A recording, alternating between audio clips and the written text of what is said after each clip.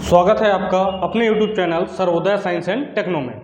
तो पिछले क्लास में हम अशुद्ध पदार्थ के बारे में देखे थे, ठीक है। और उस अशुद्ध पदार्थ को हम मिश्रण कहे थे। मिश्रण के भी दो भाग, एक समांगी और एक विषमांगी। समांगी जो मिश्रण था उसने विलयन बनाया था और विषमांगी जो था वो कोलाइड और निलंबन बनाया था।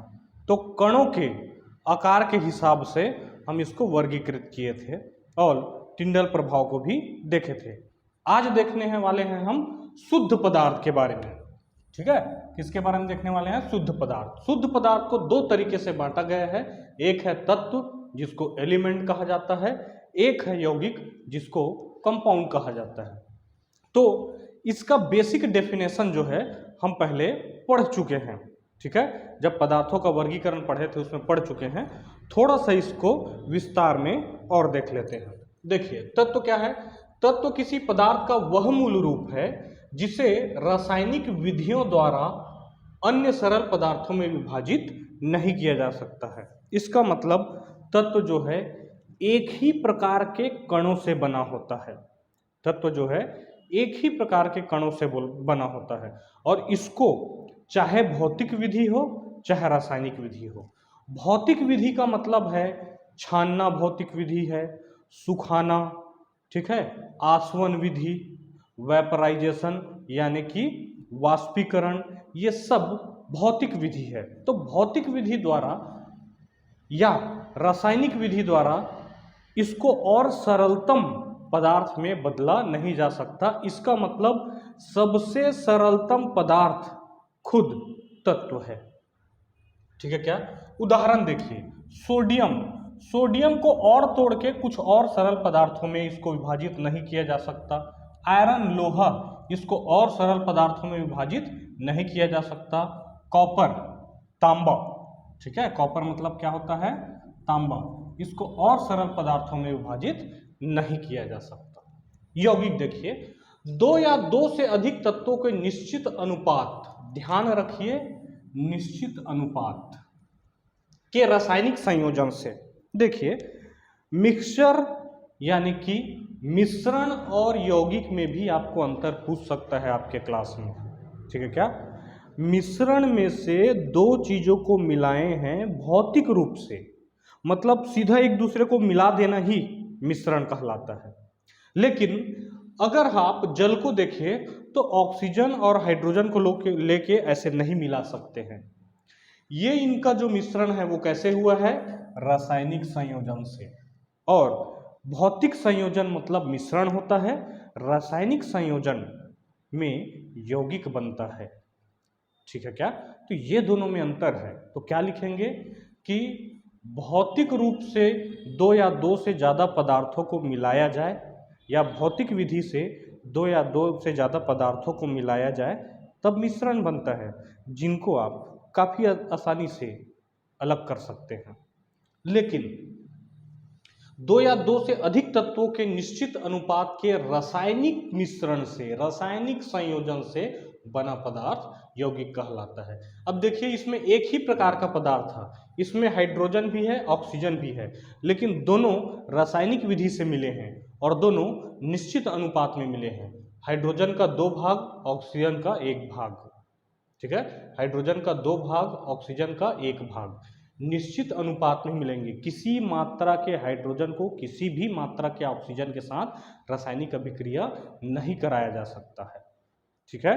तो किसी भी रासायनिक अभिक्रिया में यौगिक जो बने होते हैं उनके जो घटक होते हैं वो निश्चित अनुपात में ही मिलते हैं, ठीक है। क्या पानी बनाने के लिए 2 भाग हमेशा हाइड्रोजन चाहिए, 1 भाग ऑक्सीजन चाहिए। और ज़्यादा ऑक्सीजन दे देते तो भी इसके साथ रिएक्शन नहीं करता, जितना इसको ऑक्सीजन चाहिए उतना ही लेगा, इसलिए ये निश्चित अनुपात में ही मिलेंगे। चूना पत्थर, कैल्शियम कार्बोनेट, इसमें देखिए कैल्शियम है, कार्बन है, ऑक्सीजन है, इसमें 3 घटक हैं। तो दो या दो से ज़्यादा अधिक प्रकार के तत्वों से बना है ये, ठीक है। यह एक ही प्रकार के परमाणुओं से बना है। देखिए, कॉपर है तो Cu से ही बना रहेगा, ये दो या दो से अधिक प्रकार के परमाणुओं से बने हुए हैं। इसमें हाइड्रोजन ऑक्सीजन दोनों है, इसमें कैल्शियम है, कार्बन है, ऑक्सीजन है। ठीक है। तत्व के अपने खुद के विशिष्ट गुण होते हैं। आयरन का अपना खुद का गुण होता है, कॉपर का अपना खुद का गुण होता है, सोडियम का अपना खुद का गुण होता है। ठीक है क्या? यौगिक में घटक अपने गुण खो देते हैं। इसका मतलब क्या है? देखिए, इसमें हाइड्रोजन भी है, ऑक्सीजन भी है, लेकिन जब ये यौगिक बन गया, हाइड्रोजन और ऑक्सीजन मिलके पानी बन गया, जल बन गया, तो जल में ना हाइड्रोजन का गुण है ना ऑक्सीजन का गुण है। जल अलग से क्या है? एक तरल पदार्थ जो आप देख रहे हैं, उसमें ना हाइड्रोजन का गुण है ना ऑक्सीजन का गुण है। तो उसके जो घटक हैं, यौगिक के घटक अपने गुण खो देते हैं। इसमें ना कैल्शियम का गुण है, ना कार्बन का गुण है, ना ऑक्सीजन का गुण है। ठीक है क्या?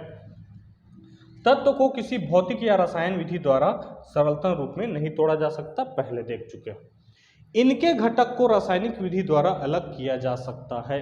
बिल्कुल ध्यान रखिए, भौतिक विधि द्वारा इनके घटक को अलग नहीं किया जा सकता। पानी में से आप कैसे भौतिक विधि से हाइड्रोजन और ऑक्सीजन निकाल लेंगे? संभव ही नहीं है। लेकिन इसको, हाइड्रोजन और ऑक्सीजन को अलग अलग किया जा सकता है। कैसे? विद्युत अपघटन से। ठीक है क्या? विद्युत अपघटन से हाइड्रोजन और ऑक्सीजन को अलग अलग किया जा सकता है। इसको भी जलाकर, जलाना एक रासायनिक प्रक्रिया है, भौतिक प्रक्रिया नहीं है। ठीक है क्या? इसको भी हीट देके, उष्मा देके इसके कंपोनेंट को, घटक को अलग अलग किया जा सकता है। ठीक है। तो इनके घटक को रासायनिक विधि द्वारा अलग अलग किया जा सकता है, भौतिक विधि द्वारा इनके घटक को भी अलग नहीं किया जा सकता है। ठीक है। देखिए, अभी तक कुल 118 तत्व खोजे जा चुके हैं, जिनमें से 94 प्राकृतिक है और शेष मानव निर्मित है। और पारा, मर्क्यूरी और ब्रोमीन तत्व कमरे के ताप पर कैसे होते हैं? द्रव अवस्था में होते हैं। ठीक है क्या? आप देखे होंगे जिसमें तापमापी देखे होंगे आप। ठीक है, जिसमें पारा रहता है। ठीक है क्या? तो उसमें आप तापमापी जो डॉक्टर के पास होता है, ठीक है, कोरोना के समय में काफ़ी चला था, सबके सब उससे क्या मेज़र करते थे? एक इलेक्ट्रॉनिक वाला भी आता है और एक पारा वाला आता है। ठीक है, तो जैसे ही ताप बढ़ता है तो पारा फैलने लगता है, पारा फैलने रहता है तो रीडिंग बताता है कि आपके शरीर का टेम्परेचर इतना है। ठीक है क्या? तो तापमापी में बड़ा आसानी से आपको पारा देखने को मिल जाएगा। तो पारा और ब्रोमीन तत्व कमरे के ताप पर कैसे अवस्था में होते हैं? द्रव अवस्था में होते हैं। ठीक है, स्क्रीनशॉट ले लीजिए। चलिए देखते हैं जल का वैद्युत अपघटन। तो एक कैसे अरेंजमेंट किया गया है इसको पहले देखते हैं।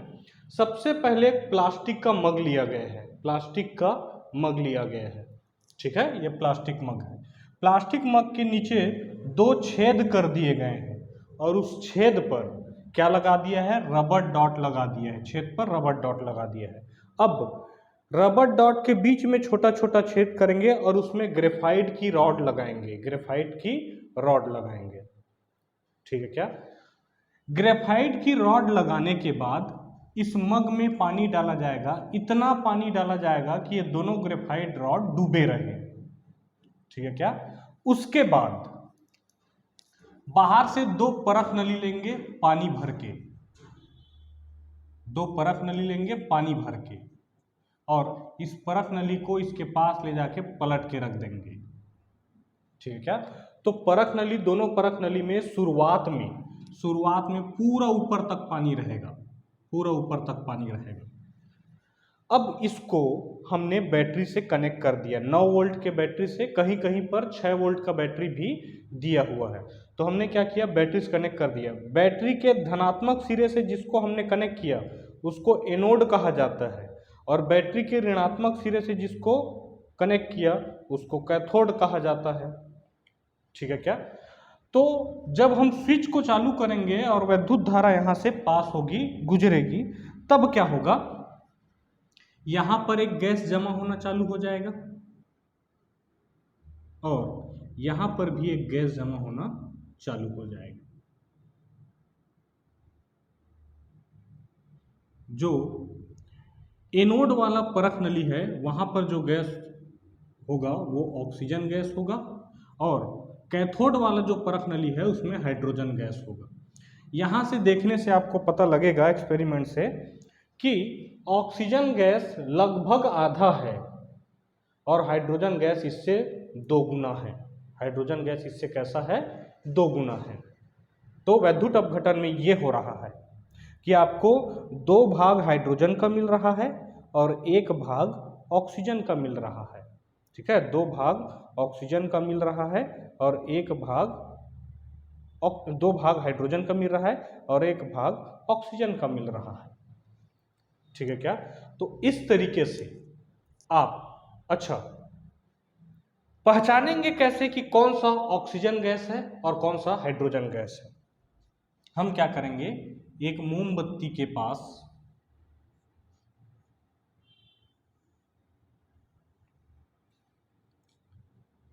इस परख नली के मुंह को जैसे धीरे से पलट के, है ना, इस परख नली के मुंह के पास माचिस की तीली या फिर इसके मुख को इसके पास लाएंगे तो अगर ऑक्सीजन है तो वो जो मोमबत्ती है ना, तेज जलने लगेगी।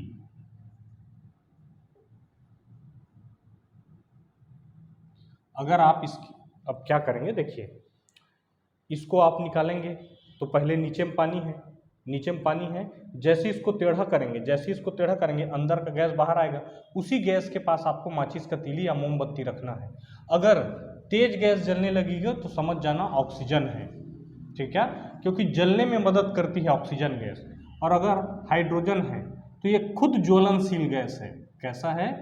ज्वलनशील गैस है। हाइड्रोजन खुद कैसा है? ज्वलनशील गैस है। तो जो अग्नि है पाप ध्वनि के साथ जलेगी। ठीक है क्या? है ना, पॉप ध्वनि आएगा, फट से आवाज आएगा, फट फट आवाज आएगा और जलने लग जाएगा काफी स्पीड में। ठीक है, तो इससे आप पहचान कर सकते हैं कि कौन कौन सा गैस है। तो ये है आपका वैद्युत अपघटन। इसी एक्सपेरिमेंट से पता चलता है कि जल बनाने के लिए, देखिए आप अगर हम भाग की बात देखें, आयतन की बात देखें, तो आधा कौन है? ऑक्सीजन, और उससे दुगना कौन है? हाइड्रोजन। इसका मतलब किसी भी अनुपात में नहीं मिल सकते, ये एक निश्चित अनुपात में ही मिल सकते हैं। ठीक है क्या? तो यौगिक में, अच्छा आपका सवाल ये भी पूछ सकता है, जल का वैद्युत अपघटन का चित्र बनाइए और एक्सप्लेन करिए। तो ये डायग्राम को पूरा एक्सप्लेन करना है, ये सूत्र आप लिख देंगे, काम चल जाएगा। हालांकि आपके टेक्स्ट बुक में ये सूत्र भी नहीं दिया गया है। कैसे पहचानेंगे कि ऑक्सीजन है और कौन हाइड्रोजन है? तो ये लिखेंगे, ऑक्सीजन है तो मोमबत्ती या फिर माचिस की तीली तेज जलने लगेगी, और अगर हाइड्रोजन है तो वो खुद ज्वलनशील गैस है, पाप ध्वनि के साथ बहुत तेजी से जलने लग जाएगा, अचानक से जल के राख हो जाएगा। ठीक है, तो हमेशा पाप ध्वनि या फट फट की ध्वनि के साथ जो हाइड्रोजन गैस है वो जल जाएगा। इसको आपको एक्सप्लेन करना पड़ेगा जरूरत पड़ने पर। ठीक है, और इससे ये पता चलता है कि हाइड्रोजन गैस का आयतन दुगना है, ऑक्सीजन गैस का आयतन आधा है। तो हम यह कह सकते हैं कि किसी भी यौगिक में, पानी क्या है? एक यौगिक है। किसी भी यौगिक में जो उनके घटक होते हैं वो निश्चित अनुपात में ही मिल सकते हैं। किसी भी अनुपात में 2 घटकों को मिला के यौगिक नहीं बनाया जा सकता, एक निश्चित अनुपात में ही मिल सकता है। ठीक है क्या? तो इसी से एक नियम है जिसको बोलते हैं निश्चित या स्थिर अनुपात का नियम। ठीक है क्या? निश्चित या स्थिर अनुपात का नियम, जिसे जोसेफ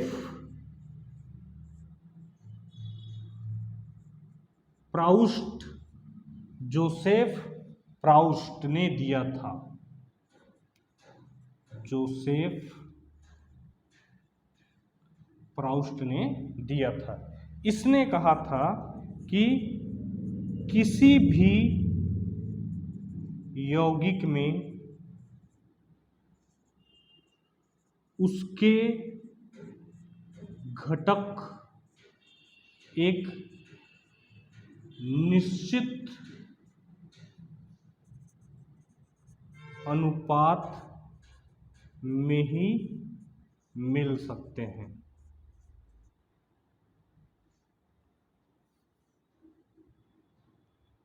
किसी भी यौगिक में उसके घटक एक निश्चित अनुपात में ही रासायनिक प्रक्रिया द्वारा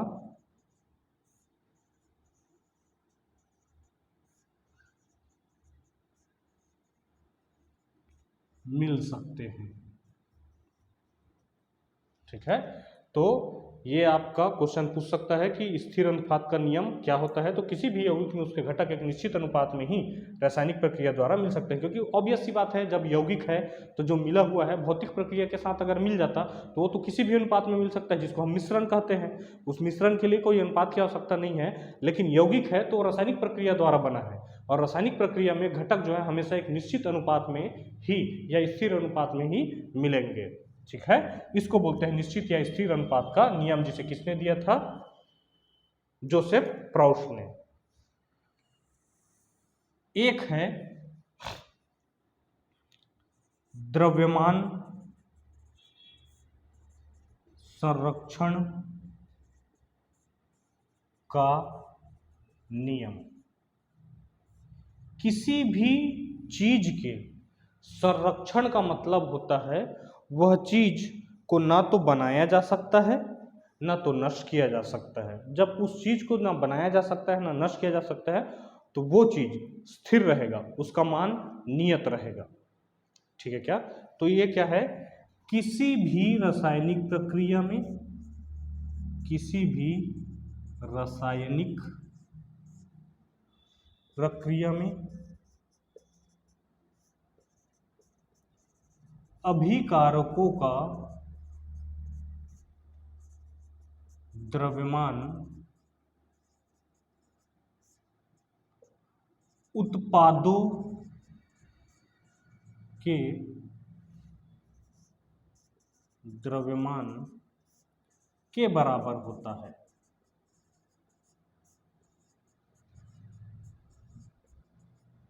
उदाहरण के तौर पर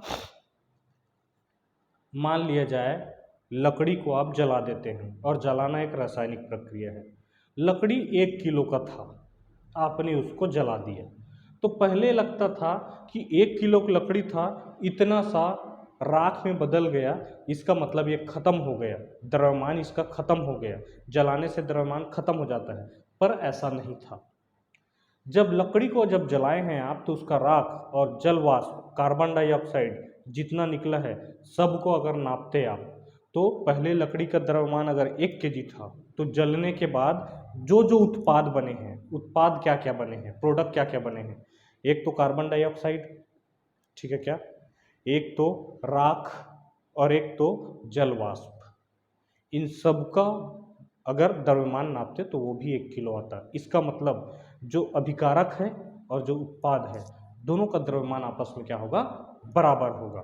इसी को बोलते हैं द्रव्यमान संरक्षण का नियम। किसी भी रासायनिक प्रक्रिया में जितने अभिकारक हैं, अभिकारक वो हैं जो प्रक्रिया में भाग ले रहे हैं, उत्पाद ये हैं कि इनके प्रक्रिया द्वारा जो नया चीज बना वो उत्पाद है। तो अभिकारकों का द्रव्यमान उत्पादों के द्रव्यमान के बराबर होता है। और द्रव्यमान संरक्षण का नियम किसने दिया, ये आपको पूछ सकता है। ये दिया है एंटोनी। अब एंटोनी लेवोजियर है, लेकिन हिंदी में उसको लेवोजिए लिखा रहता है। ठीक है, एंटोनी लेवोजियर है, लेकिन हिंदी में उसको क्या लिखा रहता है? एंटोनी लेवोजिए। ठीक है, आपके टेक्स्ट बुक में एग्जैक्ट क्या लिखा है ये मैं देख लेता हूं। लवाइजिए लिखा है आपके टेक्स्ट बुक में।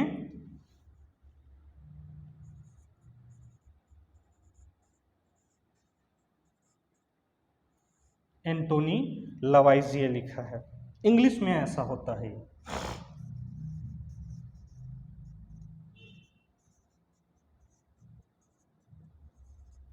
एंटोनी लेवजियर, ठीक है क्या? तो इस चीज को आप ध्यान रखेंगे कि लेवजियर ने या लेवाइजिए ने द्रव्यमान संरक्षण का नियम दिया था, ठीक है क्या? तो इस तरीके से आपका ये चैप्टर जो है वो खत्म होता है। ध्यान रखिए कि ये आखिरी लेक्चर तो है, लेकिन ऐसे आखिरी लेक्चर नहीं है। कहने का मतलब है कि ज़रूरत पड़ने पर इसमें और लेक्चर ऐड कर दिए जाएंगे। वो डिपेंड करता है आपके डिमांड पर, कि आपको लगेगा कि ये सब आपसे सवाल नहीं बन रहा है। और जितने भी वीडियो हैं उसके पहला कमेंट में जाएंगे तो हमारा टेलीग्राम का चैनल मिल जाएगा। टेलीग्राम में आपके टेक्स्ट बुक का जितने भी क्वेश्चन हैं उन सब का सॉल्यूशन उसमें पीडीएफ के फॉर्म में डाल दिया जाएगा, ठीक है क्या? तो टेलीग्राम से आपको नोट्स मिल जाएगा, आप टेलीग्राम ज्वाइन कर सकते हैं। वहाँ से आपको सारे पीडीएफ मिल जाएंगे, फ्री में अवेलेबल रहेगा जो पीडीएफ है। तो टेक्स्ट बुक है जो आपका, ठीक है, SCERT, उसका जितने भी क्वेश्चन उसमें दिए गए हैं सबका सॉल्यूशन मैं आपको टेलीग्राम में भेज दूंगा, ठीक है क्या? तो इसका स्क्रीनशॉट ले लीजिए। तो फिर मिलते हैं अगले वीडियो में, तब तक बढ़िया से पढ़ाई करते रहिए। Thank you.